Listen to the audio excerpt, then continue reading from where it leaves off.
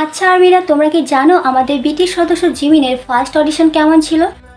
উনি যখন বিটিএসে জয়েন করেছিলেন তখন ওনাকে যে অডিশনটা দিতে হয়েছিল সেই অডিশনটা ঠিক কেমন ছিল?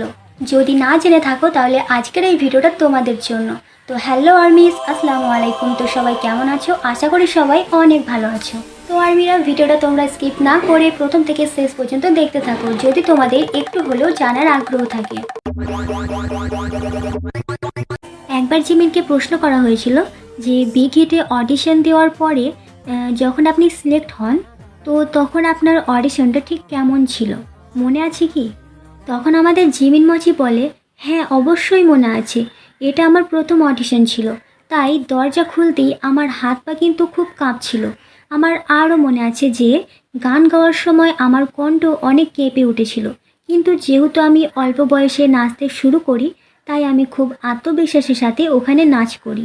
আমাদের জিমিন মচির মধ্যে যে আত্মবিশ্বাসটা ছিল এবং এখনও আছে, তো সেই আত্মবিশ্বাসটার জন্যই কিন্তু তিনি আজকে বিটিএসের একজন সদস্য।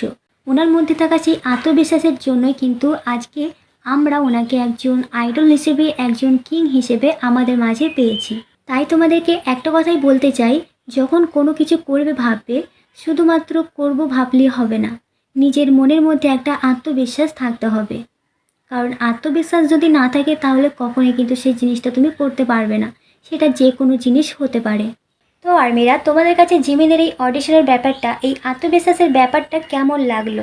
আশা করি তোমাদের কাছে ভালোই লেগেছে। তো যদি ভালো লেগে থাকে অবশ্যই কিন্তু ভিডিওটাতে একটা লাইক এবং কমেন্ট করে পাশে থাকবে। আর যদি চ্যানেলে নতুন হয়ে থাকো তাহলে অবশ্যই এই চ্যানেলটাকে সাবস্ক্রাইব করে অল নোটিফিকেশান অন করে পাশে থাকবে। তো চলো আর্মিরা, আবারও দেখা হচ্ছে কোনো নেক্সট ভিডিওতে। তো ততক্ষণ সবাই ভালো থেকো, সুস্থ থেকো, আল্লাহ হাফেজ, টাটা।